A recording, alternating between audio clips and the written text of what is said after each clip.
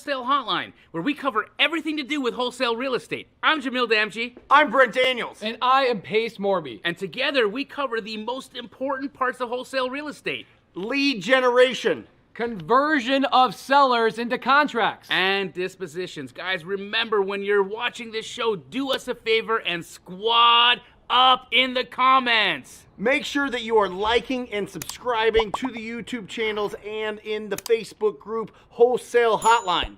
Most important, we want to know we're doing a great job for you and helping you build your business. So go give us a review on iTunes and or Spotify.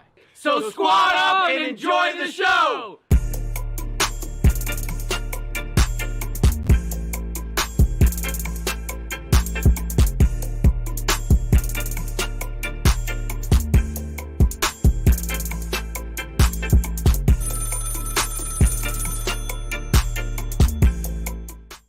Welcome to Wholesale Hotline number 189. Listen, if you want to go fast, go alone. If you want to go far, go with others. And that's what we're doing here on Wholesale Hotline. We are connecting. We're connecting in the chat, in the comments section. We're connecting here live with incredible wholesalers that are local here. We're connecting with each other. I am Brent Daniels. Jamil Damji. And we're ready to rock and roll. Yeah, I just got one of the best text messages a dad could ever get. What is it? My daughter sent me a message and said, "Hey, Dad, can I please join Astro Flipping?" Awesome. She's 14 years old. Awesome. She wants to take control of the finances in her family's life. Sure. And wants to be helpful. So what do you do at that point? I mean, do you just like open it up and get it, like treat it like a normal person, you know, open-minded person that is joining your tribe, your community? Yeah. Or do you go, boom? No, she's gonna go through it the exact same way anybody else would. Right. She's gonna get set up with no special treatment. No, she has to understand what it is, right? I want her to do the work. It's not nepotism in this world, right? This is about you. It's a meritocracy.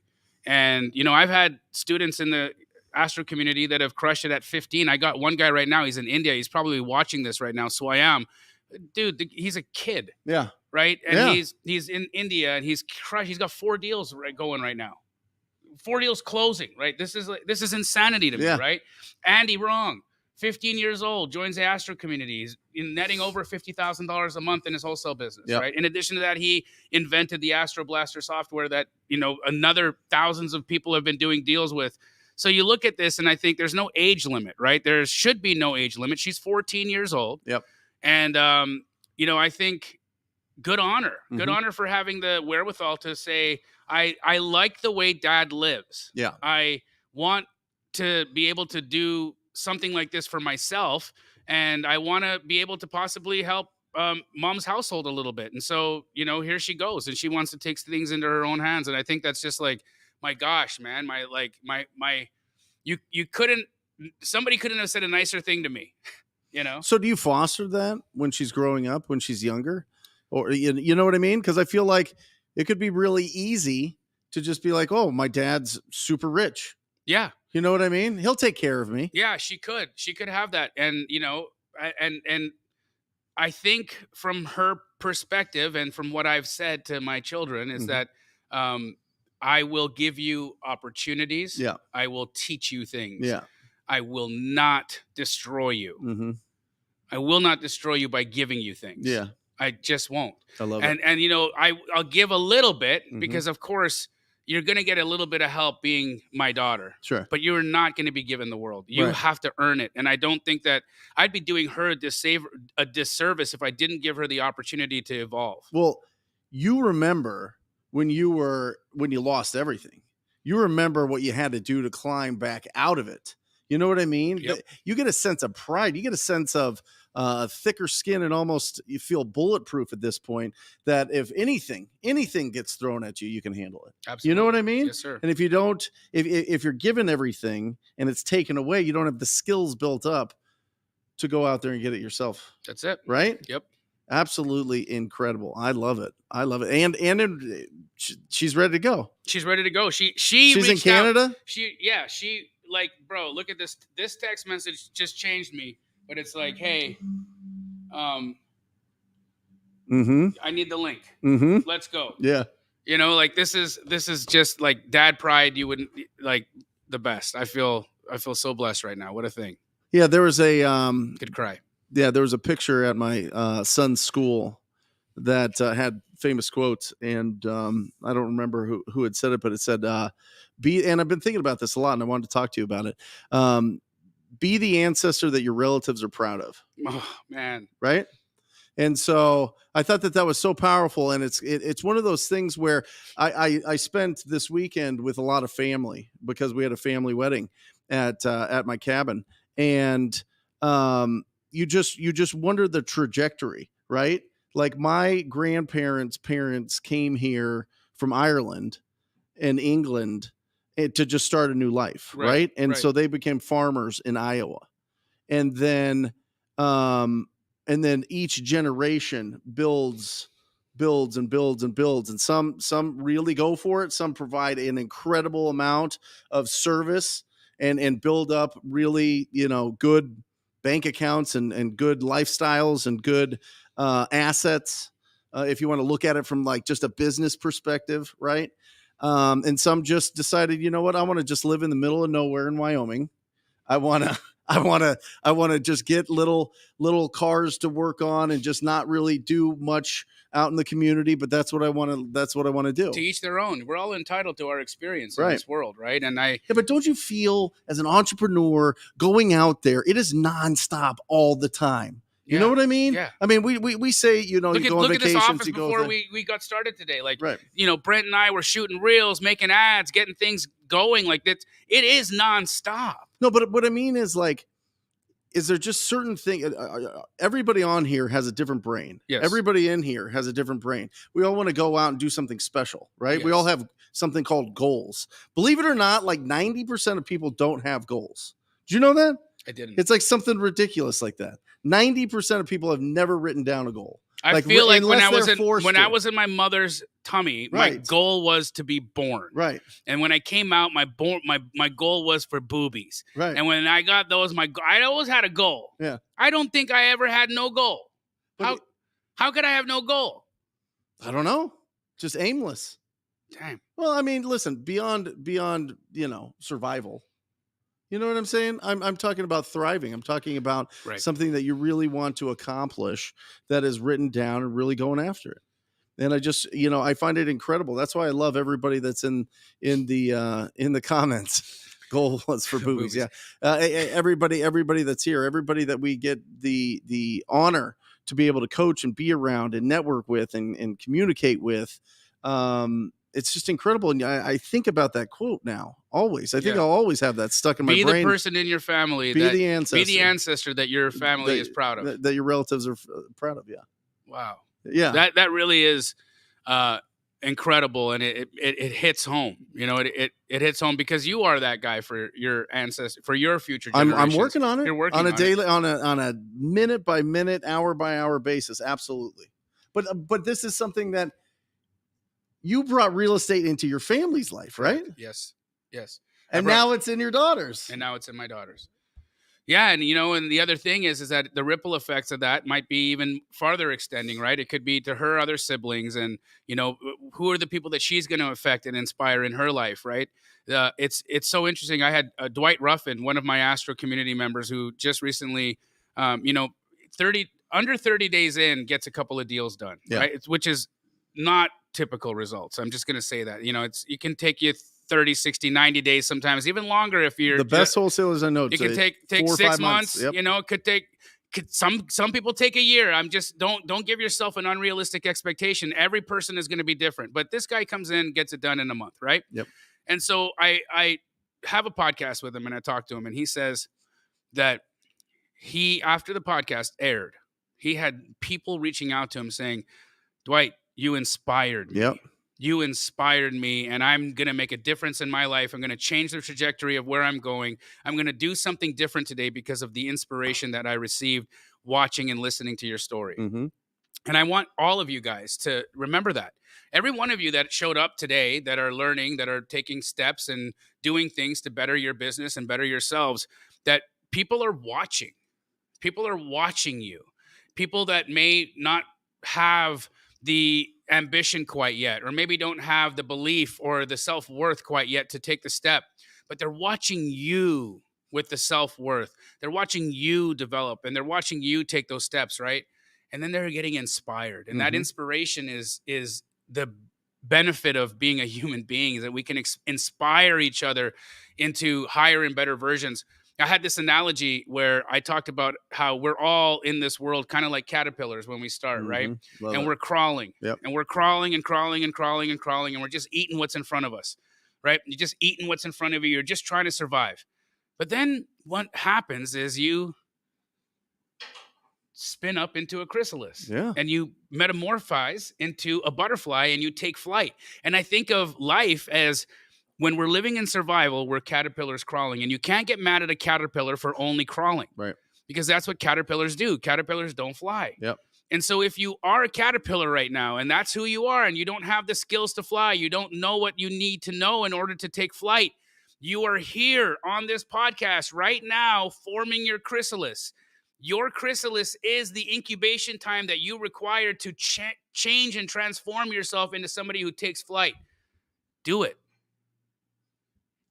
You got to take the action. You got to. That's the whole difference. But it's not even, if you take it off, because I think a lot of people have a problem saying, oh, if I take action, it's going to be like a selfish act, or nobody in my family's ever done this before, and all these other things. But if you look at it from a perspective of how much impact can you have for generations down the line, right? Generation. And I'm not just talking about the financial impact. I'm not just talking about the money and the assets and the properties and the businesses and all that. I'm talking about, they see you work. You know what I mean? They see you out there. They see you going out and not just living this 9-to-5 rat race type life. You know what I mean? Where everything is just kind of revolved around somebody else making decisions for you. Right. You know what I mean? That's a huge difference. When I remember walking into my best friend Mike Mahoney's house, and my dad always traveled. He worked for Honeywell. It was a big corporation. He'd always have to go off and travel and be out and about. And I would walk into Mike Mahoney's house, and his dad would just be doing whatever he wants. Right? Brian Mahoney would just be doing whatever he wants. He'd be on the phone, and then he'd be cooking something, and then he'd be watching something. Then he'd go ref a football game, and he would just spend time with the kids and do all of this because nobody had control. And I was like, wow. And they had this big, beautiful house, right? And they had this big Bouvier dog, if you know what those are. It's a very bougie dog.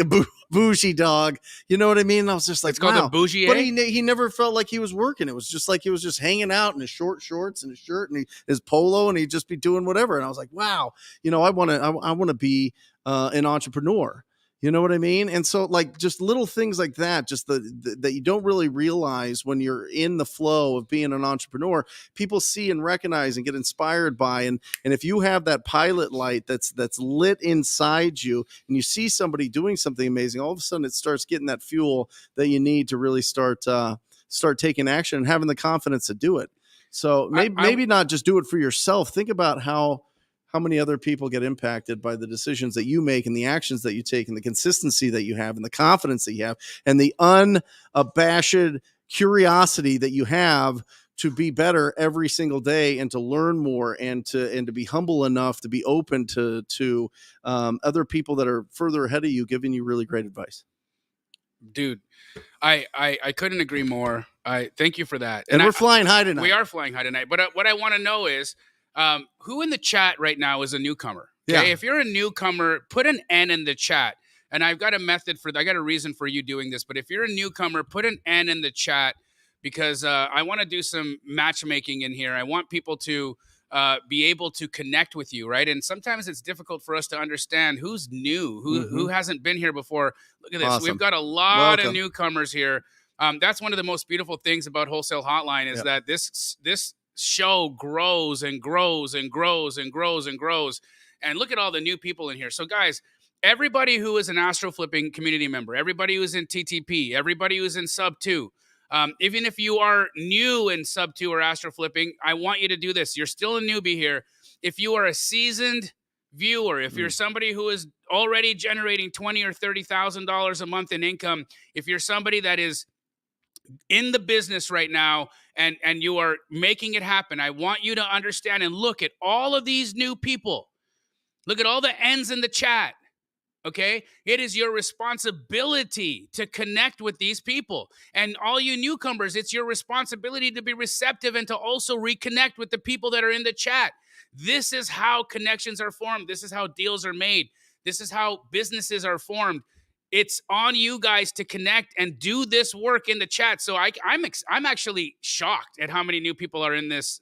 This is crazy. Make sure you put where you live, where you're doing business, so that you can connect with people and not just leave this in a digital world, but in the physical world as well, and meet up with people and be surrounded by incredible go-givers out there that really want to support and put some wind behind your sales, especially when you're getting started. Because the fact is, you're going to have conversations. I had a conversation with my cousin over the weekend, speaking of family again. He finally was like, what do you do?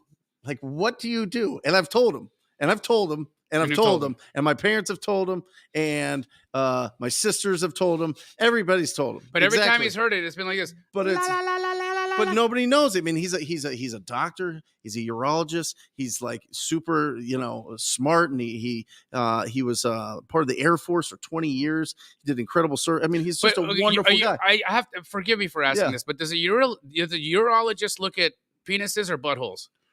It is the penis. Okay. Yeah. Just checking. I just had to know.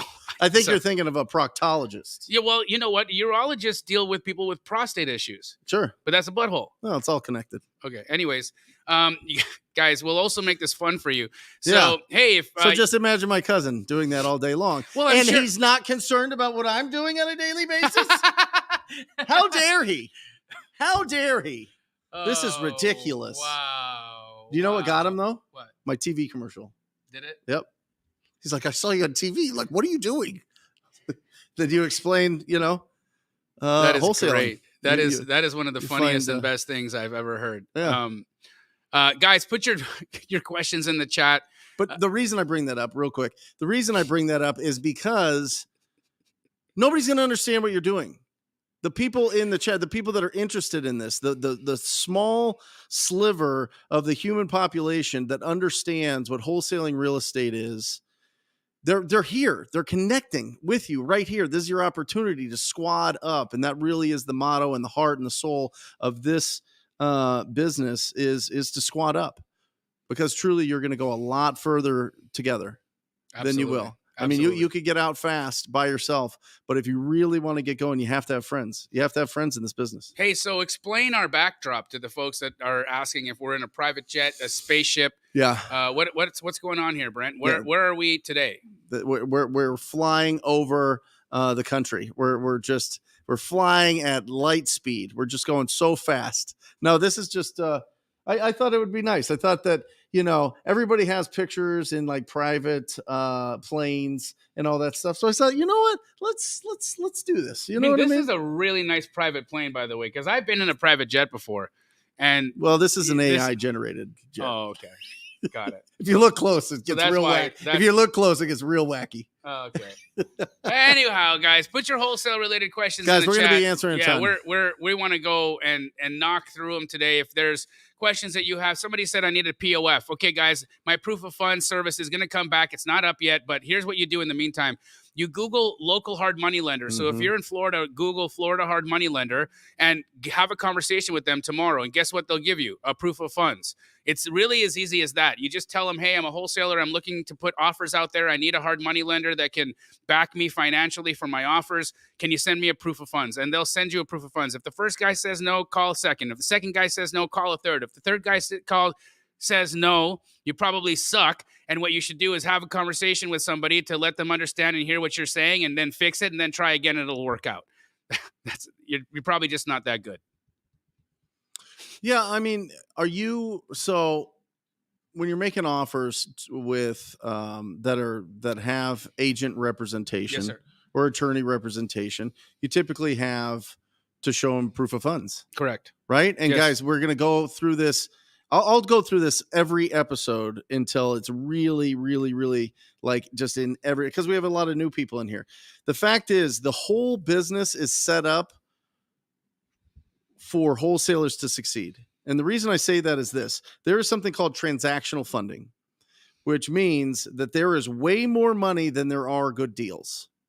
There is. And so transactional funding will give you 100%. They are your funding partner. They will give you 100% of the purchase price to be able to purchase that property. Correct.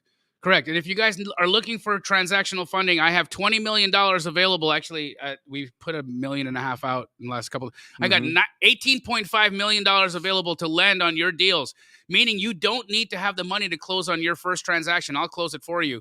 And we can just sell it to your buyer the next day, and away we go. I take a point, you take the fee, whatever's left over, and that's a great day at the track. So if you guys need transactional funding, go to flipcashtoday.com. Flipcashtoday.com. Also works if you can't put assignments on your contract, or if you're working in a state where you need a license to wholesale, you can use transactional funding to get around any of those regulations or shenanigans. I am telling you, the people in the Rhino Tribe that live in the states that you need a license, Illinois in particular, are absolutely destroying. They are going bananas right now because everybody's so afraid of wholesaling, and you can't do assignments without a real estate license, that they just use transactional funding every single time and are making massive profits. I mean, it is ridiculous. It is a blue ocean out there. I mean, it is just wide open for anybody. So if you're in one of those markets that requires a license, and I think there's going to be more and more and more, I think in the next 20 years, we thought it was going to be in the next 2 years, and we thought it was going to be in the next 5 years, and we thought it was going to be in the next 10 years or whatever. I think it's going to be further and further and further. I think most states are going to require you to disclose if you are wholesaling, which is built into our wholesaling contracts. And if you need that, that's at wholesalinginc.com. Wholesalinginc.com. You can get a ton of resources there. But I love this question. Yeah. How do you can I initiate this wholesale? And then you could talk I about. would love to hear your answer. Yeah. Listen, there is a property owner that has a problem. Okay. Whether that is a problem with the condition of the property, they just can't keep it up anymore. Whether that's a financial problem that they just can't afford it anymore, or whether that's an emotional problem, something they just, the property, they don't care for it. They don't want to be around it. It's just something that they want to never think about again. And what our job is to go and have a conversation with those property owners that have a problem with their property. And then we put that property under something called a purchase agreement. Once we have that purchase agreement, they can't sell that property to anybody else. We have exclusive rights to purchase that property. As soon as we have that document put together, we have an asset that we can sell. Now we can close on it. We could buy that property and flip it. We could buy that property and hold it, or we can get that property and assign our ability to purchase it to somebody else. Then you go and you match up with an investor that's out there, and you find somebody that wants that opportunity, and they will pay you something called an assignment fee for that opportunity. And so they pay you anywhere. It's probably an average of what, 15,000? Yeah. 15,000 nationwide. Typically it's about 10%. You want to be around 10% if you can of what the fixed up value is going to be. And you get 15,000 just for taking your name, replacing your name on this purchase agreement with somebody else's. That's it. They pay you for that opportunity. And that's how you make an assignment fee, close it. And that's typically what wholesaling is. Now, I believe wholesaling is just the art and skill of finding great opportunities that have potential out there in the marketplace, great potential in real estate. Your take. What's wholesaling? How do you wholesale? That's exactly it, right? You're looking for something that has an opportunity or potential in it, right? Wholesale, what it really means is you're selling the potential. Okay, that's it. You've identified there's potential in this opportunity. There's potential in this house. There's potential in this retail building. There's potential in this commercial building. There's potential in this multifamily building, whatever it is. Typically, I deal in single family. Brent typically deals in single family. Yep. Why? So it's just there's so many more buyers. Bigger pool. There's so many more buyers available out there for single family that are ready to take one house off your hands for a good deal. And so we're looking for these potential opportunities. And like Brent said, we're going to put these opportunities under contract. We're going to lock them up, right? So that nobody else can buy it and the seller can't sell it to anybody else. And then you just sell that document. You're literally selling your contract. You're selling the rights to purchase the house. It is called wholesale real estate, and it's flipping contracts. Now, the most incredible thing about this is that you don't require to have money, credit, or a real estate license to do it. Some people will say, well, Jamil, what do you mean you don't need money? You need earnest deposits. And I'll say, well, you know what? There just seems to have been this genius of a man called Pace Morby who introduced the world to this concept called gator lending, where if you don't have earnest money, somebody will lend it to you. And if you're a gator, put a gator in the chat. If you're a gator, put a gator. I want to show you how many people are available right now to fund your EMDs in the chat right now. You're going to see it's going to go gator, gator, gator, gator, gator, gator. Why? Why? Because this is what it is. So you don't even have to look far. They're here in the chat. Okay, if you're a private money lender, put PML in the chat. If you're a private money lender, put PML in the chat. I want people to understand and see just how sophisticated this community is and how many people you have access to for private money, for earnest money. If you are good at filling out contracts, we got private money lenders in. There you go. Private money lender, private money lender, private money lender. So you've got people who are willing to come to the table with funds to help you do your deal. If you're a buyer, if you are a cash buyer, put CB in the chat right now. Look, this is the thing, right? Someone's brain right now is firing off saying, well, how am I going to find the earnest money? Well, how am I going to find the buyer? Well, how am I going? You got cash buyers. You've got earnest money deposit lenders. You've got private money lenders. If you're good at contracts and you can help people with transaction coordinating, put TC in the chat. I'm telling you, you have no reason to say you don't have all of the pieces that you require in the 444 people that are watching this right this second. They're all in the chat. They're all ready to do business with you. TC in the house. There we go. I mean it, right? This is what this is. Wife is training in TC. So look at this. People are saying, damn, I couldn't believe it. That's what's happening in the chat right now. These are the resources you guys have available to you. That's why we do the show every Monday. That's why it was created. That's it. That's why we do it every single Monday, so that there is no excuses in our industry for people to be able to take action right away. Because I think the first thing, and the question is, where do I begin? The first thing you do is you squat up. The first thing that you do is you find your tribe. The first thing you do is you get around people that are already doing this, that have the conviction and understand how powerful this is. This is a money printing machine. Yes, sir. This is an ATM. Every problem that you've had from a financial standpoint can be solved with this business, without a doubt, because we've had every financial problem. And this is exactly the blueprint that we used to get out of it, not only to get out of it, but to thrive, not only to thrive, but to be able to build businesses that run without us. That's it. Automated. Yes, sir. Automated. You're not going in there and negotiating deals on a daily basis. No. And getting into the mix and making sure that everything is running smoothly. Dude, I mean, with the number of volume of deals that we do at my company. Now listen, I got to admit that for the ego, I do some deals personally. I like Monique Walker, for instance, won't work with anybody else, right? Yeah, but that's just fun. It's fun. So I do some deals myself because I got to stay in the mix. I got to stay sharp. I also love being on the phone and doing the things for trainings. And so hey, I'm going to get involved and do some work because you guys still need to see that the man's got it. Yep. But at the end of the day, okay, Hans19 says, can a foreigner do a complete virtual wholesale deal in the U.S. currently living in Singapore? Hans, there is a young man in the chat. His name is Swayam, okay?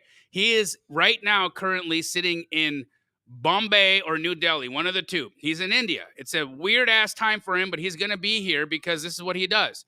He's in the Astro community. He's virtually wholesaling. And all he does is call real estate agents virtually from his little phone in India, wherever he is in India. And he's now 4 deals in for the month. 4 deals in. Okay, he's 17 years old. Okay, he's 17 years old, and I'm going to say this, and I mean it with the most respect, and I'm an Indian person too, so I almost feel like I can say it. Boy's got an accent.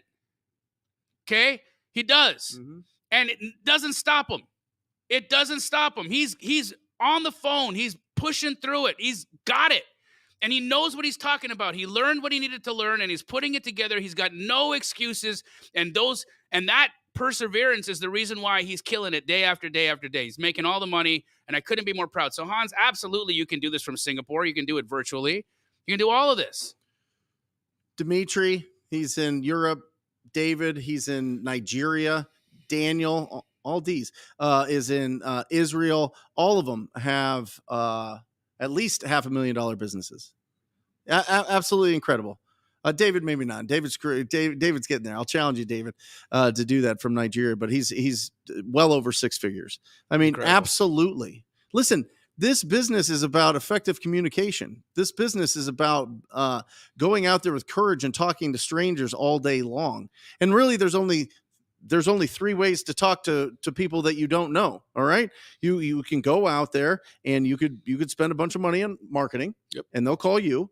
You can build up a network of referrals where people will reach out to you because they know that you buy houses that need renovation. And then you could go out and pick up the phone or knock on doors and be proactive and call people or knock on the doors. You know what I mean? Like there's not a tremendous amount of ways to initiate these conversations. So pick which one you want. I mean, you built the biggest wholesale. Are you the biggest?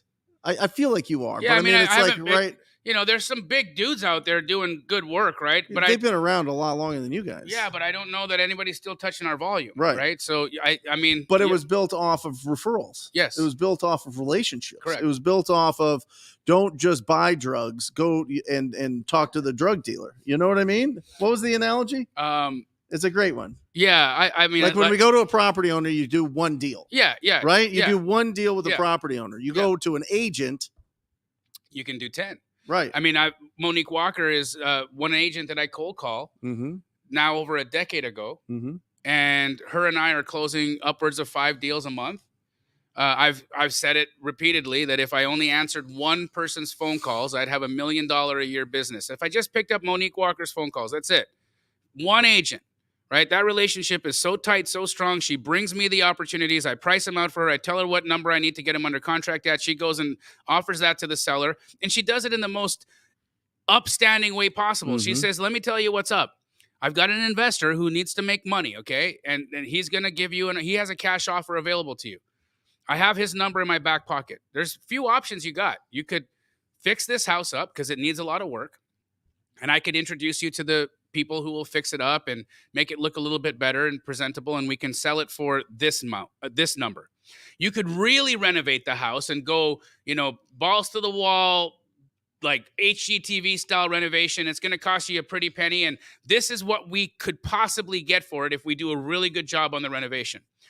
Or if you want a quick transaction, if you want to just get what you can get cash, I have a cash option for you. Now, all of these options are available. What would you like to look at? And it's interesting. Like 1 out of every 10 times they choose me. Yeah. Right? Think about that. Why? 1 out of every 10, because people sometimes need the convenience of the cash offer. That's just what they chose. Speed and convenience. Listen, how many people have traded a car in? Every seller, there's three things to factor in: speed, convenience, price. Speed, convenience, price. If they want speed and convenience, then they're taking our price. Correct. That's it. Correct. Now, most people. Now, listen. This is the 6 to 10% of people that are in some sort of distress and they want to get it done right now. The rest of the market, no. A real estate agent watching this would be like, that never happens. I can't imagine, because that's how I felt. At least I'm just putting myself in the mind of most real estate agents. Happens every single second of every single minute of every single hour of every single day. It does. It happens all the time. Yep. All the time, people will trade speed and convenience for price. And that's what we're looking for. That's how you find the opportunities. Now, Robert said, so what I'm understanding here is you bypass the little guy and you go to the big mover and shaker. No, sir. I talk to every real estate agent. I talk to the little guys. I talk to the big guys. I talk to the medium guys. I talk to the brand new ones. I talk to the old ones. I talk to the ones that are old that don't know they're old. So they got the really outdated picture on the bus stop. I talk to everybody because I don't believe that you can do this business without being as well known and completely putting yourself out there as much as possible. So for me, I know this is a volume game. You guys heard it right. Maybe 1 to 2 out of every 10 people are going to take the cash option. So I got to have a lot of conversations, right? Emily Vogt said in the chat, if you want to find her comment here, was a really good one. She's like, how do you deal with an agent who says, I got offers above asking? What would you say there? On a listed property? Yeah. Why haven't you taken them? Exactly. I mean, why haven't you taken them, right? So if an agent has a property sitting active on the market and you've talked to them and you called them and you said, hey, I'm just, checking in, what's going on with the house? It's been on the market for quite some time here. What's going on with the seller? Is there any motivation to move here? And they say, well, yeah, blah, blah, blah, but we're really looking for a specific number. Okay, cool. And then you give them your number and they're like, oh, we've got offers way higher than asking. It's like, then guys, that's like the worst lie you could possibly tell somebody, right? Because it's basically saying, hey, oh, wait, no, I can't take this because I got something better when there's nothing better, right? Why would they have even had the conversation with you in the first place? So I think sometimes you just got to chalk it up to that's just how agents retort. Sometimes real estate agents just won't be honest and tell you, well, it's just not high enough for my seller right now because he's a miser, or that's not high enough for my seller right now. I might have misrepresented what I thought I could sell this house for. Whatever it is, that's the truth. The fact is you need to know that, and you need to not give up after the first attempt. Okay, you got to try a second time. You got to follow up a third time.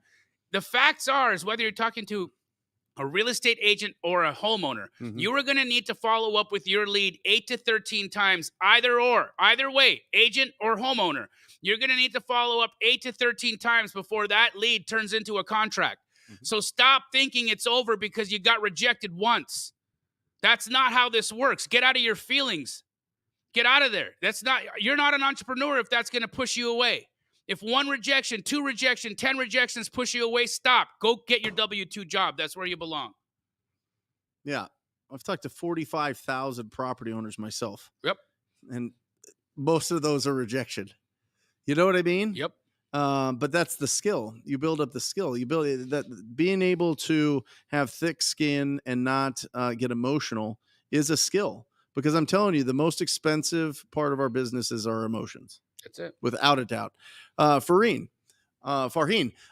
everybody is submitting over ask on houses. What do you do at the point if the numbers don't add up? Well, first of all, let's not make just broad statements with everybody. I know you're going to get it.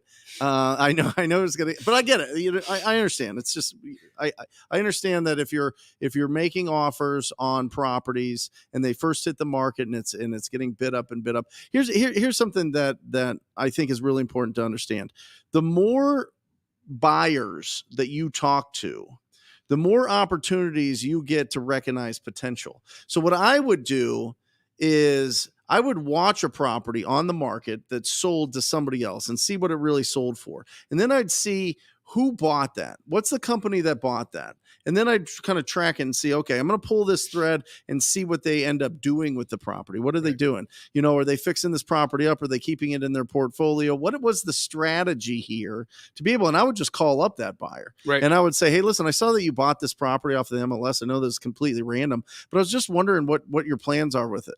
And usually they're pretty cool. Usually they'll tell you what they're going to be doing with it because they think that you're a buyer, or they think that, you have a buyer for them, or maybe you have a tenant for them, or whatever else. Who knows?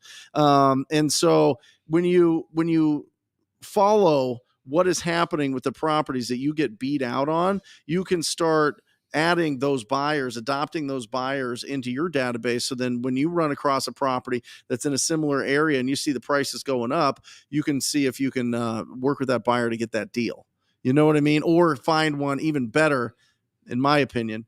You find a property that's similar to it in the area that's not listed, and you get it at an even lower price than you did when it was listed because there's not a built-in commission in there, and you bring that to your buyer. And now you're just cherry picking. Now you're sniping all the different properties that fit that box of what they're looking for. And that's why a lot of people made a fortune last year until the carousel stopped with the hedge funds. Yeah. You know, I've got a buyer right now that will buy a property and lease it back to the property owner after they buy it. Right? Yeah. How many times do people want to sell their property, but not for 6 months or not for a year or not for anything else? I've done that deal a number of times. Yeah. The numbers just have to make sense. That's it.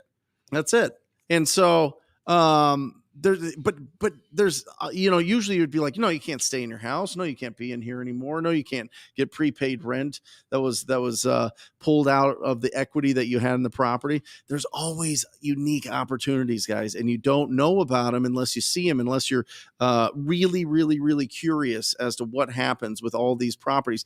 Not the ones that you get. I don't think you learn as much with the ones that you get. I think you learn a lot more from the ones that you don't get, and you follow up and see what the strategy was on it.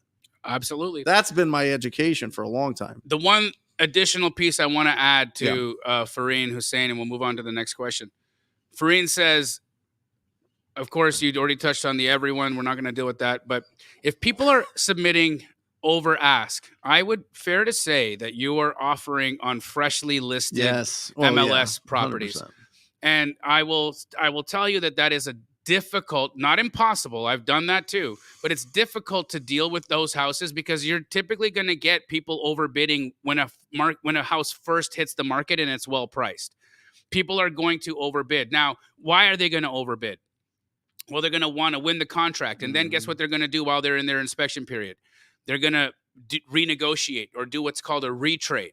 And then that seller might cancel that contract saying, hey, you bait and switched me. You came in and you gave me $200,000. Then during the inspection, you said you needed at 120. I don't want to follow through with this deal. And they cancel. So be that guy, Fareen, that says, you know what? I don't think these investors really understand their numbers. Here's what I'm going to do.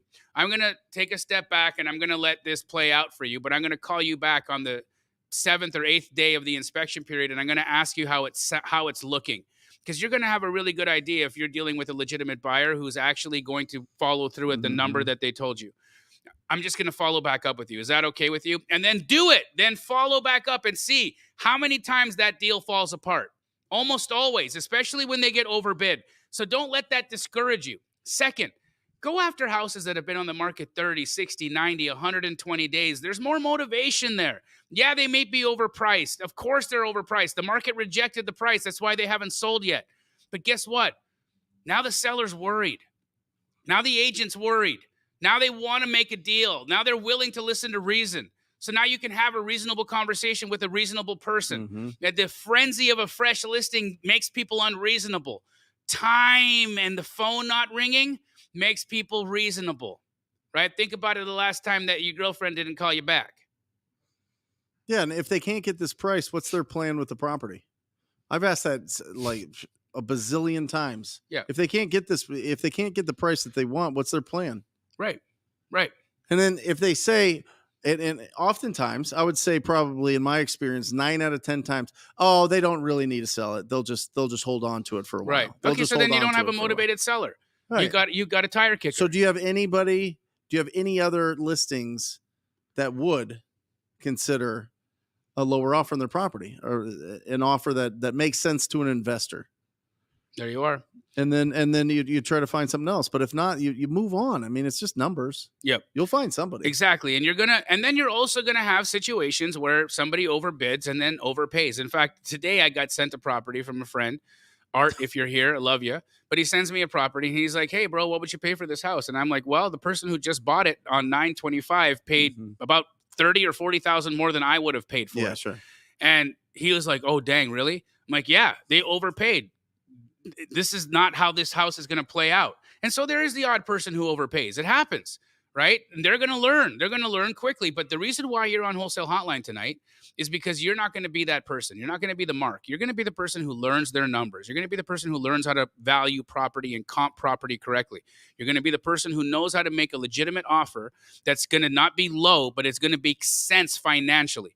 And then you're going to connect all the beautiful souls in this chat, and you're going to find ways to sell those opportunities and make your cash. What are you going to do? Are you going to spend money on marketing? Are you going to build up your network of referrals? Or are you going to go out and pick up the phone and call property owners? What are you going to do? What are you going to do? If you don't have a budget for people to call you, guess what? You're still proactive. You still have to reach out to a tremendous amount of real estate agents. True. You still have to have a lot of conversations. And the more skilled you are at those conversations, the less people you have to talk to. Correct. It's an absolute fact, right? That's Somebody it. brand new that has not developed the skills is going to have to talk to a lot more people than Jamil would have to talk to if he's calling them. It's just a fact. Yeah, I've got the muscles, right? I got the, there's that. But that's what you can always rely on. Yeah. Have you ever seen that quadrant of learning before? Yeah. You've got unconscious incompetence, right? That's the first quadrant, unconscious incompetence. Then you have conscious incompetence, okay? That's the next quadrant. Then you have conscious competence, and then you have unconscious competence. I'm going to quickly walk you through them. Unconscious incompetence is when you think you know, but you don't know. Is when you think you know, but you don't know. And how do I know that there's people out there who are like that? Well, because I listen in on some of the Astro Flipping sales calls, and I hear what they say when they're talking to a salesperson. They're like, so tell me how good a comper you are. Oh, I'm the best. Oh, yeah? How many deals have you done? Lots. I'm really good. I just want to know if Jamil knows that one strategy, that one secret strategy that's going to make me rich. I'm only on the call for that one strategy. Yeah. And then they join. Yeah. And then you talk to them, and it's like, hey, how's it been going? I haven't done my first deal yet. Oh, crap. Mm-hmm. Hey, can you help me comp this house? Okay, so you were just full of crap on that call. Then that's okay, because I get it. You were on a sales call, so you had your defenses up. You're like, ooh, someone's going to sell me here. So I gotta lie. But there's also people who are going to say to you, oh, you can learn everything on YouTube. Yeah. You can learn, and you can. You can learn everything on YouTube. It's going to take you a lot of time. It's going to take you time to compile, and you're going to learn from people in this community, and it's going to take you time. And that's a good way to go about it. If you don't have a budget to get a coach, learn from other people. That's totally the right way to go. But some people say, you know what? I'm going to write the check, and I'm going to bypass the line, and I'm just going to go straight to go. I'm going to get to the source, and I'm going to get this done quicker. And that's what this is all about, guys. That's it. That's what this is all about. So understand that. Understand that there's so many. You can either pay for speed and convenience, right, which is what getting a coach is. You can not pay, and you can just say, I'm going to take the longer road, and I'm going to just take my time with it, and you can learn on YouTube, this is what we do. This is why we give you all this stuff for free, so you can learn this stuff. But then you can also just BS. Yep. Listen, what are you going to do? Industrial age turned into the information age, which now we're in the social age. That's just the fact. Yep. That's just the fact. I mean, listen, all the information you could ever want on every creative deal, on every deal structure, on every way to talk to a property owner or talk to a cash buyer or talk to anybody. Do any of the skills required to build $1 million real estate business is out there. Who do you got around you? Love it. Who's your tribe? That's it. That's all it comes down to. I mean, truly. I mean, listen, if you, and this is with anything, this is with any kind of business, find somebody that's going to get you results faster and surround you with people that are going to be your support system. Amen. You can't lose. Nope. It's just time and effort at that point. So just a little spiel there. So go to wholesalinginc.com and register. No. That's great. No, but really do it, guys. I mean, I'll tell you this, in this space, if you're going direct to seller and you're calling homeowners, and this is the way that you're getting proactive in building your business, and you want those fat, juicy checks, and you're going to go direct to homeowner, I don't know a better person in the business than this man right beside me. I truly don't. I've learned from you. Thousands of people have learned from you to do that, and you do a phenomenal job, right? He does a great job of teaching you how to do this. I do things a little different, right? I have more of a relationship-based approach. I like working with real estate agents because to me it feels a little bit more professional, more business-like, and I can get a different kind of lead. I can get a longer-term relationship with an agent, just the way I like to do things. It's also much faster to scale. because you don't have to be going on all the appointments all the time. Correct. And going and meeting with the property owners. You're essentially doing the third part of the real estate business, which is exit strategy. You're finding the buyers. So you're really building up an incredible buyer database. And listen, if there's one asset in this business, for most of it, I mean, some people build really big brands like Keegley, but most of it is your cash buyer database. That is your asset that you have. And nobody is better at building a cash buyer database and selling more deals than anybody else can, because people come to you even with big buyer bases, Big time. and they're like, hey, Help me. Can you sell this? Yep. And you're like, yeah, no problem. Every day. Bloop. Every single day, I get somebody who's a juggernaut in the business says, hey, I'm a juggernaut, but you're the bigger juggernaut. So help me out with this deal. And it works. It's great. It's great. This is collaboration. I love my competitors because we make money all together. Brent's a competitor. Yep. We've made how many hundreds of thousands of dollars together in the past? Million. Right? Couple million bucks. This is how we roll. We do it. He's my brother. I love making money with him. Guys, somebody asked in the chat, is it better to network in person? I can't find the comment in here, but is it better to network in person, or is it better to network in these digital environments like Wholesale Hotline, the chat? Do I go to these virtual events? Do I go to the in-person event? Do I buy the virtual ticket? What's the best way for me to network with people? Because there's a lot of people that I can do business with that are showing up to things like this. My personal opinion is you got to do a mix of both. Yep. I think that in-person is really important, right? Brent and I were just at an in-person mastermind. We both wrote a check to be a part of. It's an expensive mastermind, but it's a high-level mastermind, right? Everybody in there is doing big things. And so for me, I write a check and I get into a room like that. Now I can ask other people who are doing big things what things they're doing so I can see if I can implement them and put them into my business, right? So those kinds of events, I'm in person, I'm shaking hands, I'm doing the thing, right? There's other times where I'm in a virtual event. Like for instance, if I'm going to a Grant Cardone event, for instance, right? Whatever your opinion is on Grant, personal friend, but whatever your opinion is, it doesn't matter to me. If you are going to a 10X event, my suggestion would be go in person and buy a virtual ticket. The virtual ticket's usually $100. The in-person ticket's probably $500. You have your one partner who doesn't want to travel be on the computer, in the chat, communicating in the chat, networking digitally, and you have the extrovert go out to the event, shake hands, and make friends with people in person. This is how you monetize events like that. So you got to do a mix of both, right? I think it's important. When Pace and I go into a city and we do a pop-up, 300 people pop up. Okay, cool. 300 people popped up, but there's 500 on this episode right now. There's 500 people on this that you can network with. So there's a lot of power in these digital stages. It's just true. What are your thoughts? I love in person. It's your jam. I love in person. Is it because people can see how big your biceps really are? That's usually it. Yeah. They're like, wow, you look smaller on TV. And I'm like, thank you. You know what I mean?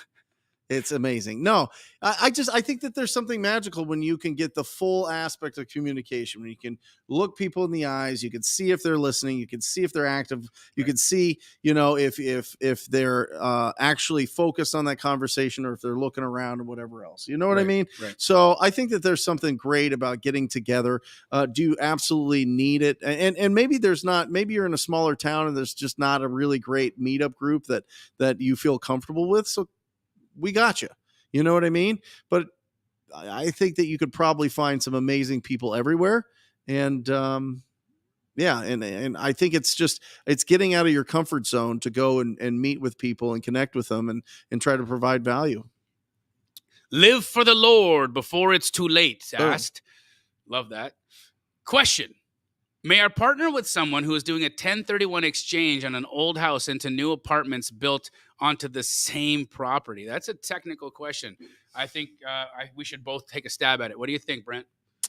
It depends. I mean, it depends on, are they buying it with the 1031 money? I think what's happening, and it has a house. It has two different types. Yeah, I think somebody's got a house and they want to not pay taxes on it, so they want to do a 1031 exchange, okay? Into new apartments. Yeah, but here's the thing. Built on the same. I don't think you can do that, because it would have to be split. A 1031 exchange is usually like for like. Yeah. Right? So they want you to purchase something that's similar to the property that you've sold.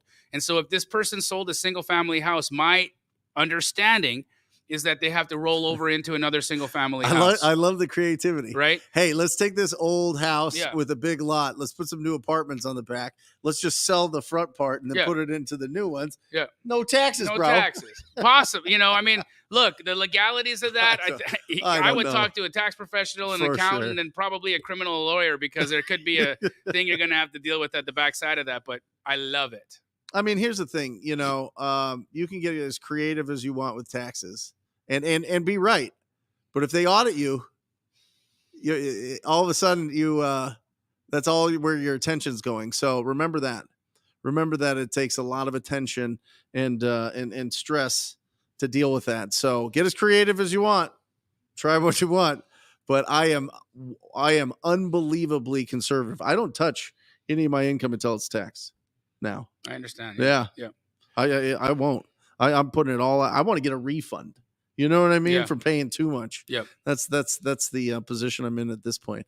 But you had some paying taxes is for turds. Yeah. What was that about? Well, dude, I've got some pretty incredible strategies that I've been using right now in my business. I'll talk about them very quickly here. Yes. So first thing I've been doing is on all my rentals, I've been getting a cost segregation study done on them. Yeah, Right? It's sure. an engineering report, and I have access to an incredible company that'll get it done for $1,600, and they'll do it a turnaround for you in under a week. No, bro, hook that up. Incredible. I think I spent thousands. Well, for commercial, yeah. Small commercial, this might have been Come on. $2,000, dude. No. Yeah, you probably spent 10, right? 8. Yep. Yeah. So here's the thing, right? I've got a really good connect with an engineering firm. And so I've been doing these cost seg studies. So I did a $1,600 cost seg study on my Airbnb. Mm-hmm. After the cost seg study, guess what it took off on my taxes? How much? $180,000 off of my tax bill. Yep. So my $1,600 Now, is I that leveraged off of what you owe, or is that it takes it off of your total income and then you're taxed at that? It took off my taxes. Awesome. Off my taxes. Yeah. So that was incredible Mm-hmm. for me, right? Second strategy that I've been using. This one is a little bit outside of my box because I'm not in the car rental game, and I will never pretend to be one, but I am actually now, I guess, in the game, and I'm now own a fleet of vehicles that are being rented out. But what I do is I leverage section 179 of the tax code that says that I can do accelerated depreciation on any vehicle that's over 6,000 pounds that is in my company's name being used for company purposes. So what I do is I buy all these properties in my LLC's name. And if you guys need a good lender to help you get qualified for these things, again, I can help you with that. I can even introduce you to the car brokers that'll help you get the vehicle and not pay sales tax on the vehicle, and also have it titled in your LLC's name, which is incredible. So I have the vehicle titled in my LLC's name. I have the loan in the LLC's name. And again, guess what I do? I get accelerated depreciation on the vehicle for the total amount. Now, I just did that on a 2021 Rolls-Royce Cullinan. Yep. Okay. This vehicle is about It weighs over 6,000. It's over 6,000 pounds. The vehicle costs just under $400,000 to purchase. And you might say, oh my God, that's a lot of money. But what it did when I did accelerated depreciation on the car, it saved me $160,000 off my taxes. Now, here's the kicker. I financed that car with $60,000 down. My payment on the car is $5,900 a month. Okay? I'm following. It cash flows $10,000 a month on Turo. So think about this. I saved 160 and I only paid 60 down. So I really saved 100, right? And then in 6 months, guess what happens to the 60 that I put down? It's back in my jeans. And then every month after that, it's cash flow. Love it. I don't have a single rental that does that. Then I did it on a Ford Bronco. There's specific Ford Broncos that you can buy, and they're around $70,000, and you can put around $10,000 down on these things, and they'll cash flow $2,500 to $3,000 a month on a little Ford Bronco. I'm telling you guys, this is blowing my mind, the kind of cash flow that I'm making and the tax savings that I'm getting by buying these cars and buying these houses and doing these cost seg You're gonna have studies to buy more is cars. blowing my freaking mind. You're going to have to buy more cars with the cash flow. Dude, Pace and I were on the phone today talking about getting a warehouse space by the airport because he's got a whole fleet of vehicles now too. Yeah, I did the same thing with ATM machines. Those get depreciated all the way. You get to write off every single dollar that you put into them, and they have a 22% return.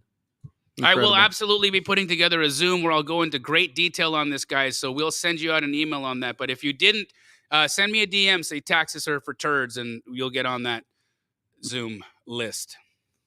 Yeah, we paid a lot in taxes. Yeah, dude. Yeah. Way too much in taxes. Do you know why? I mean, can you explain why why it's such a benefit? Owning real estate is such a benefit for taxes. Why the government allows it? Why would the government? Why would they? Everybody knows it. Everybody knows that you can depreciate rental property or income properties. Why would the government allow that?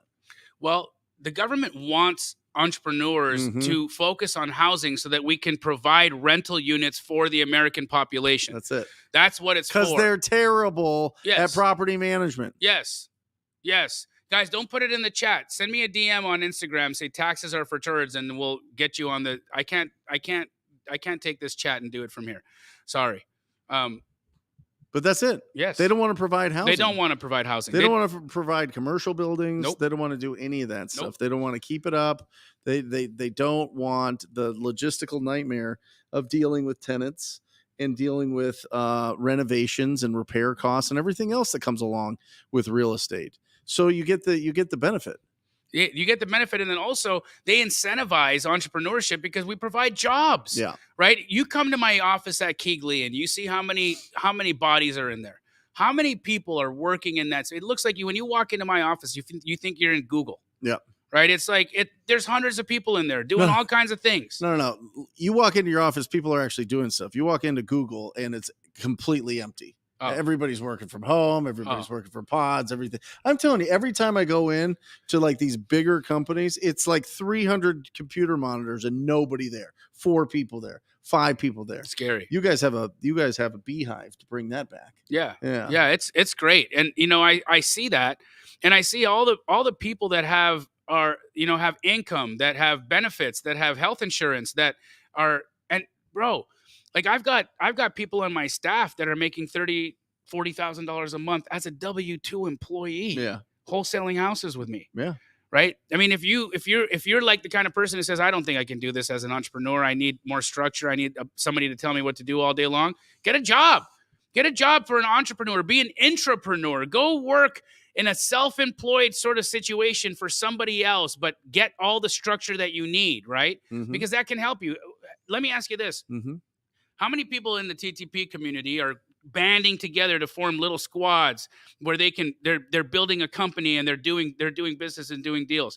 How many? You guys have a lot of JVs. You must have a lot of people that are doing that. Partnerships that have been built. A lot of So think about that. You can get into any of these communities. You get into TTP, Astro, Subto, and you can join the team.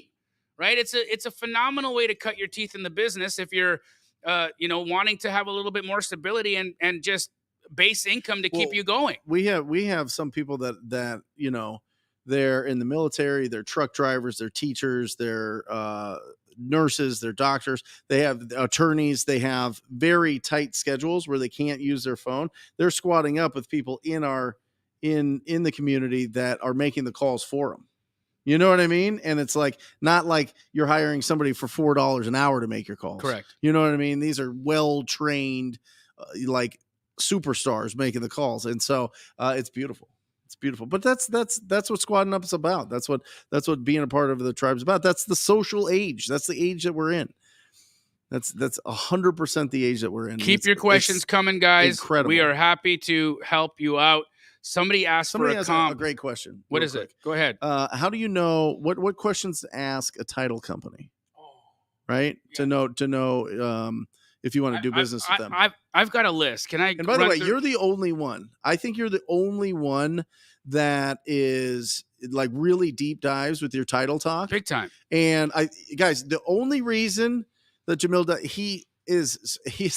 you're wildly passionate about having everybody understand each part of the process so it doesn't slow them down from taking action. And I love that about you because it's not, listen, you're not going to get 100,000 views on that video. No. You know what I mean? No chance. You're not going to get 150 comments in there being like, "Whoa, bro, you're blowing my mind." Right. You know what I mean? Right. It's a lot more technical. It's a lot more boring. It's a lot more, kind of education as opposed to instruction.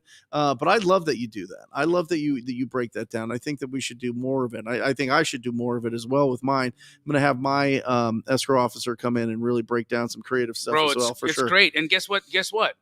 They'll write a check for you for doing that. Really? Well, let me tell you about it. So Okay. These are 10 ways that you can leverage your title company to make or save $250,000 in a year. Can somebody write these really as he quickly. goes? All right. Somebody be our scribe, Our please. typer. Okay. Yeah. Number 1, ask your title company for connections to other wholesalers for JV opportunities.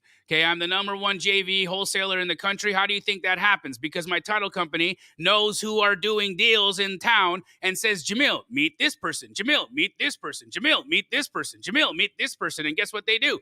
They work with me. And so my title company will open those doors and they'll create those relationships for what purpose? So that we bring the deals to the title company for them to close. Yep. So number 1, connections with other JV wholesalers. That makes us anywhere between $20,000 to $50,000 a month. Number 2, discount or JVs or cash back situations with your title company. Now, check legalities for this. It depends on the state you're in for cash back incentives, but you can partner with your title company in what's called a JV. I used to JV with Magnus Title. I decided that wasn't the best fit for me, so I ended my JV and I went back to being a customer of Fidelity. I got a text message from Dina Jones last week that said, Jamil, this month, your company saved over $80,000 in title fees by working with us based off the investor discounts that we've been giving you.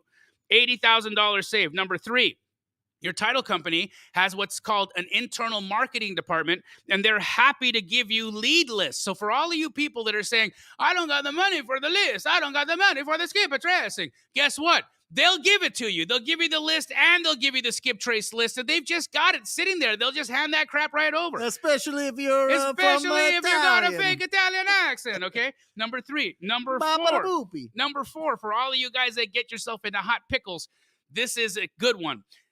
Every title company has what's called an internal attorney, okay, on staff that they have on retainer. Now, whenever I get myself into a situation with a seller where they're like, I don't want to complete this contract anymore with you, I'm not going to sell.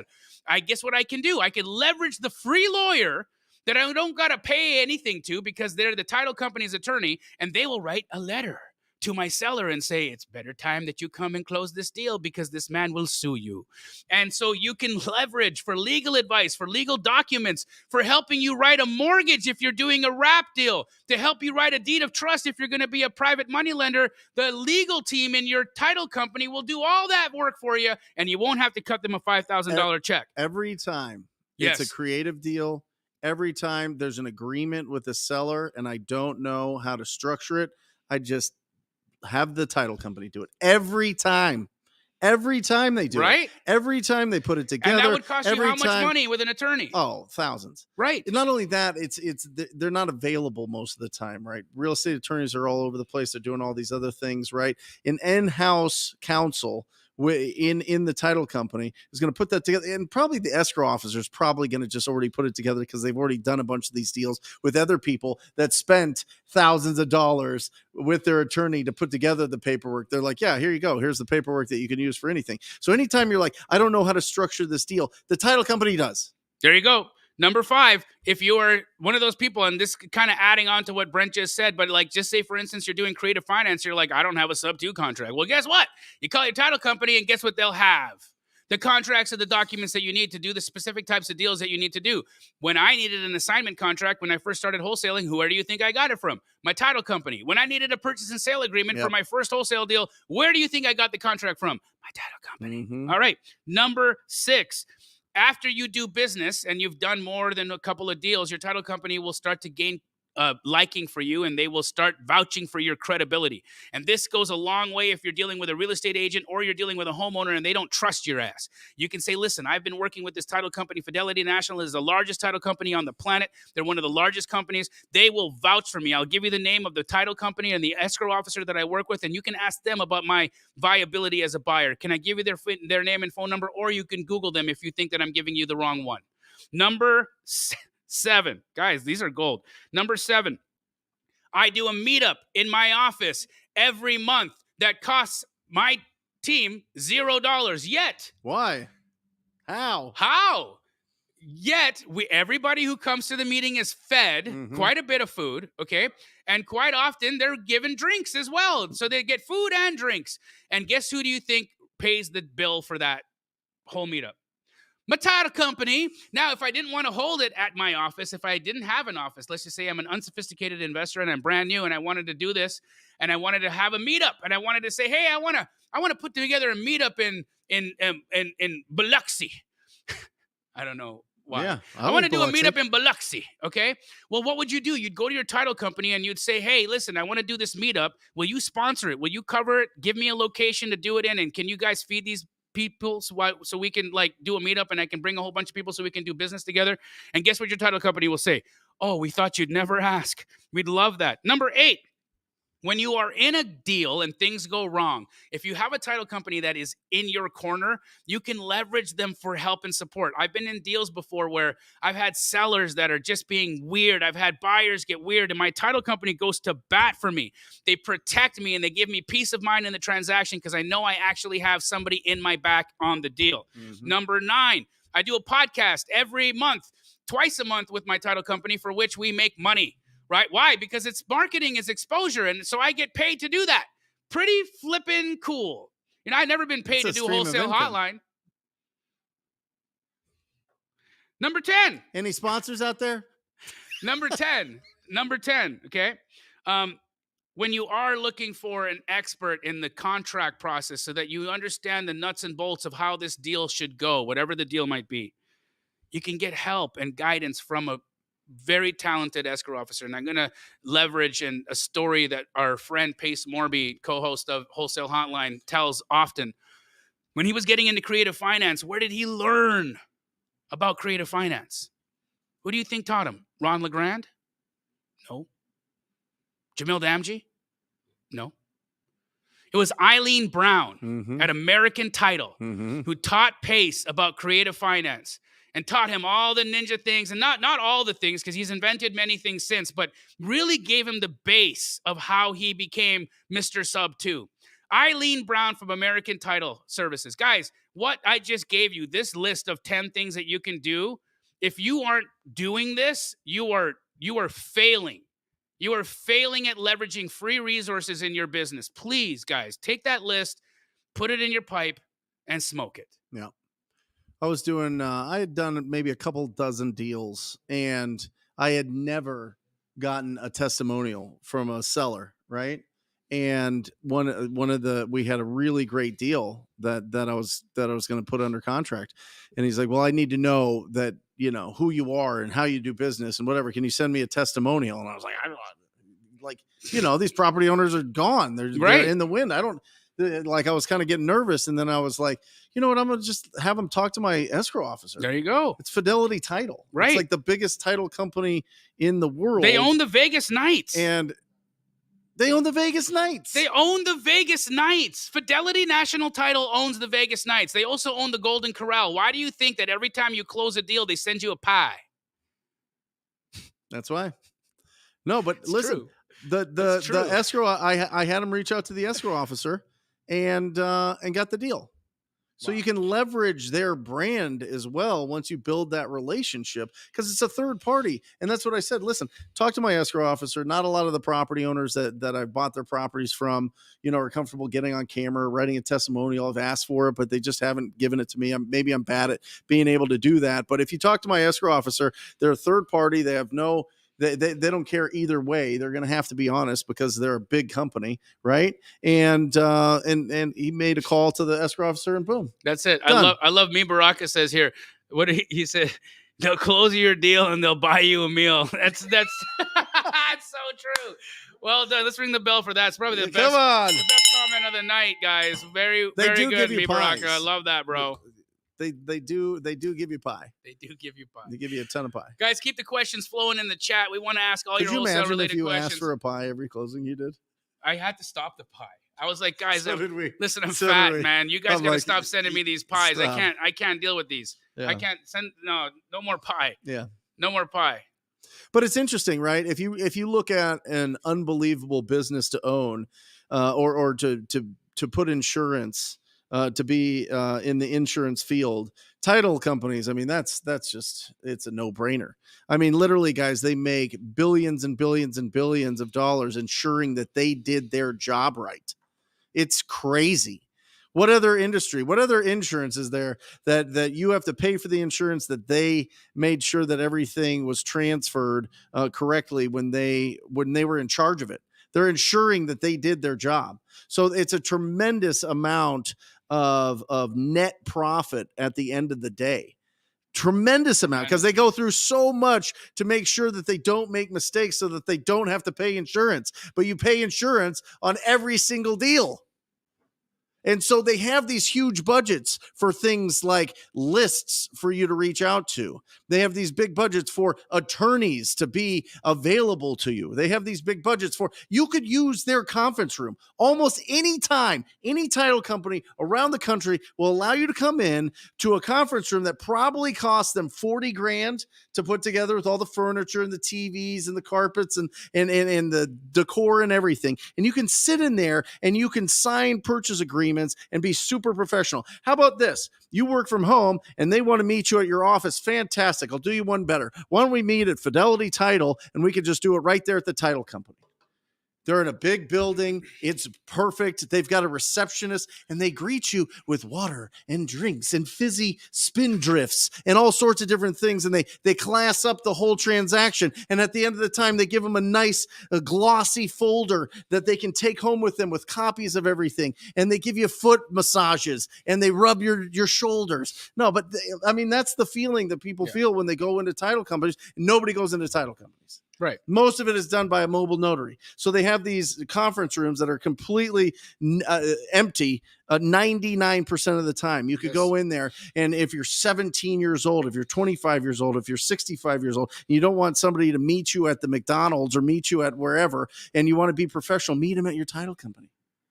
I do all my stuff as a professional courtesy to you, sir seller. Why don't we meet at Fidelity Title and we'll go and put together all of the agreements and we'll move forward. How does that sound? Sounds fantastic. Sounds great. Professional. Boom. And I bet you they'll have junior mints there. Yeah. They do. Yeah, they have all sorts of mints. There's a little, not the junior, Like the dinner York mints. peppermint patties. Oh, I will eat a York peppermint patty. That's the only time I ever eat a Throw York. those in a freezer. A York peppermint Get out patty. of I town, eat bro. them shits at the title company every Ooh. time I go. Forget the pie. I'm Give us putting two the in my pocket. peppermint patties, baby. Just give them up. I'm Fresh not breath I ain't and a brushing my delicious teeth treat. today. I'm going to the title company and I'm going to get my mint that way. Aaron's like, wow, Brent, your breath smells so good. I'm like, yeah, peppermint patty, baby. Earl Augustus said, can you also get buyers from your title company? And absolutely, you can. They'll introduce you to cash buyers, fix and flippers. They will. In fact, there's a title company here in town, Pioneer Title. I don't use them, but a very good friend of mine, Eric Reichenberger, he's the director of marketing over there. He'll actually send your deal out to his entire list. Yeah, that's who we use. Pioneer Title. Yeah. Eric's great. Dina Stroth there is a absolute monster. She works all day, every day. It's incredible. They're absolutely incredible. But she found us a buyer that buys in small towns, specifically just buys in small towns. Wow. And you know, they're hard to find. It's like, who buys these properties in these small little towns? But you run across somebody, they don't want to sell their house in town, but they just inherited this house, or they had this house in some mining town or some small little area. And we've sold, I don't know, 4 or 5 deals this year that we would have never sold. Because we're doing more marketing, right? We're doing more TV, and that's everywhere. So it's the whole state. Yeah, only so we're people finding these things everywhere. Most people that watch TV live in rural areas these days. Yeah. Right? I guess.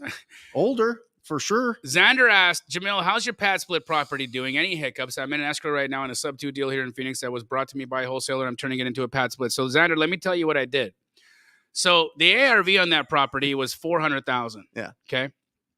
I bought it for $250,000. I spent $120,000 on the remodel. Nice. And my plan is to rent each of the units out, each of the rooms out. Where's it at? It's in right across the street from GCU. Oh, nice. Okay. So guess what I don't like doing? Being a landlord. Yes. So what would Jamil do in this instance? We leased up the property. Yeah. Okay. We got all the units leased up. Yeah. And then I listed it. Yeah. But not for 400, for 460. I love it. And guess what happened? It's sold. Multiple offers. Done. I'm in escrow right now at 485. It's going to close in a couple of weeks. Yep. So I sold it $85,000 above price. Appraisal contingency waived because they know it's not going to appraise. But based off of the rental income and the leases that we put up in there, it made financial sense for the buyer to buy it. So that's how I did the deal. Yeah. Yeah, it's phenomenal. Loaded up, sell. Well, essentially like a burr. Basically, except what for it is. No, it's just like a rent it and sell it. Yeah. It's like doing a little multifamily. Yeah. You know, I did like a little sixplex in there. I love it. Yeah, it's phenomenal. But listen, you can. Is it glitching on here? Is our mic a little glitchy, guys? I don't know. Sir, if our mics are glitchy, let us know. But that's the first time I heard that. Yeah, AD, it could be. You might be in a rural area. Just saying. Did you see Brent on TV? Yeah, you will. Coming nationwide, baby. No, listen, you can build your business. I think that it is the smarter move to build your business, build a business that runs without you, and then go buy assets. I think it's a smarter move to get rich before you get wealthy. It's not everybody's move. And this is just for people that want to be full-time real estate entrepreneurs. You want to do your job and you want to buy some rentals and do some creative deals and not have to, put your cash, build up a tremendous war chest of cash to be able to buy properties, and figure out the creative stuff and buy property. Great. Build up your portfolio, long-term asset. It's going to be incredible. It helps you fight inflation. It does all those things, right? But for the people, this is a small group of people that want to be full-time real estate entrepreneurs. The fastest path is to build up a big, healthy, heavy bank account by wholesaling real estate. That's it. I'm telling you. And then when you get to the point, that's when you go and do the Turo. You don't do Turo and you do wholesale and you do flips and you do rental properties at the same time. You will go so slow. It'll be so incredibly slow and frustrating. And you're going to ruin a lot of really great relationships. I'm telling you. Just focus. Just build one. There's this great video that Alex Hermosi, that Jesse, my marketing guy, showed me, and he filled up. He had a cup, and he said, you're talking about multiple streams of income, and he's filling up these cups of multiple streams of income. But then he said, but you don't get any of these until you fill up this cup first, which is being absolutely focused here, and then all of a sudden, all those other things become available because you're focused on building an actual automated business. And then you can go and focus on the other things. The biggest mistake that people make, especially entrepreneurs, and I have certainly done this countless times, is trying to do too many things at one time with a lot of confidence. Right. You know what I mean? That's what it is. So don't look at everybody, understand what chapter you're on. Understand what you're trying to build. Understand that if you build this ATM machine first, if that's the foundation that you build, that you can always source deals, you get to cherry pick the best deals for your rental portfolio. You get to cherry pick the very best deals to do massive flips. If you want to do some massive flips, so that why people lose all their money is because they're doing all of these flips at one time, and then all of a sudden the market changes, and those ones that were $30,000-$40,000 flips are now losing. But if you only do flips that are six figures and the market shifts, you're going to be all right. You're going to be all right. So I'm just focus on building your business, build your cash machine, and then go out and do exciting things. Be a leader of that business first before you start doing all the other things. If you want to be a full-time real estate entrepreneur, if not, buy the rentals. Do your thing. There's a ton of people. That's the whole.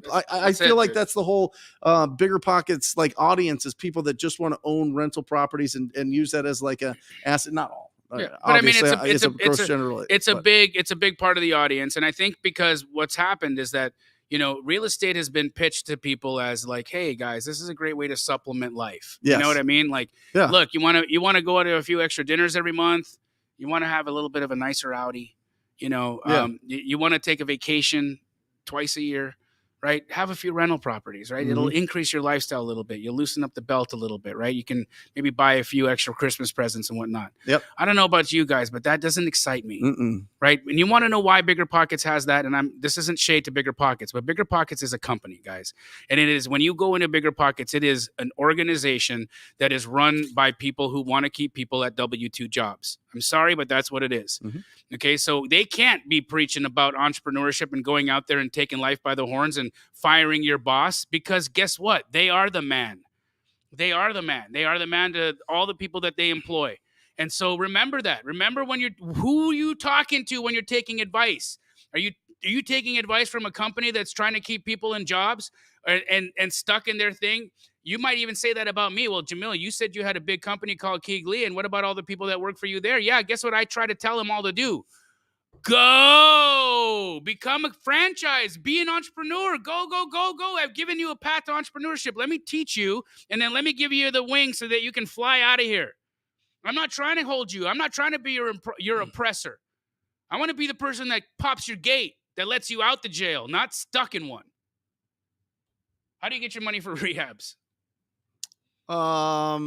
Yeah, and a couple different things. A lot of the hard money lenders will give you like 90 to 100% of the funds for your rehab, as long as it's a good deal.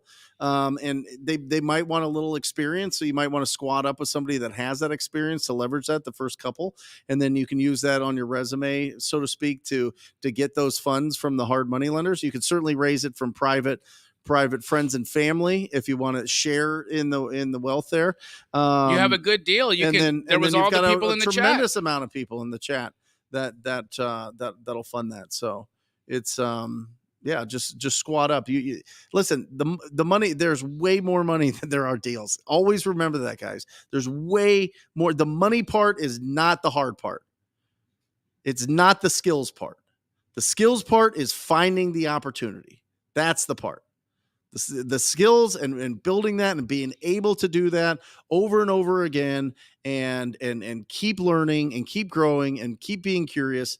That's how you really take this to the next level fast and really go. And when I mean next level, I don't want it just to be like just throwing that out because it's common language, but really getting to the point where you can pull yourself out of your business and it becomes a servant to you and you, not a servant to it. And I'm telling you, nothing is better. No, nothing is better, dude. Than building an absolute cash machine that you can look at all these other opportunities. So if you want to build your rental portfolio and that's your focus, do your thing. You know what I mean? Just remember this. People talk about cash flow. The cash flow comes 20 years later. When you buy twice as many as you're going to keep, you sell half of them, you pay the other half off, and you really get cash flow. Because the fact is, look it up. Do some research. Go look at what the average cost to own a rental property is in the United States. Just upkeep. All right? It's anywhere from like $3,500 to $5,000 a year. That's without an AC going bad. That's right. Without pool equipment going bad. Right. That's without the boiler not working anymore. That's without any plumbing issues or somebody flushing a bunch of crazy shit down the toilet or extreme weather or whatever else, right? Like, let alone vacancy, let alone all those. You don't live off of your cash flow from your investments here. It's long-term wealth building if you're going to own real estate. Just understand that. That's the absolute truth. If you want to get out of your 9-to-5, if you want to have control, then you need to wholesale. It's an absolute fact. Get those big, chunky, heavy, massive deals where you get life-changing income and then fire your boss. And then watch what happens. We'll celebrate you. We'll celebrate you like crazy. Il Doctrine said, here's $9.99 to get the likes up. We appreciate you guys. I want to answer one in-house question. Dennis Sylvan was over here. He says, what disclosure statement would you use to be honest with the people that you're doing business with? And I have the disclosure statement of all time. And it is, buyer is an LLC in the business of buying and selling real estate for a profit. Buyer may elect at any time during inspection period. 2, fix and flip, buy and hold, and or wholesale property at buyer's sole discretion. All rights reserved. And with that, guys, we're out. We love you. We'll see you next week. Or just say squat up. So squat up and enjoy the show. Yeah. Yep. Okay. 1, 2, 3. So squat up and enjoy the show. What are you doing? I didn't say nothing. Why? I don't know. Okay. So squat up and enjoy the show. Cool. I think we should use the one where Jamil doesn't say anything.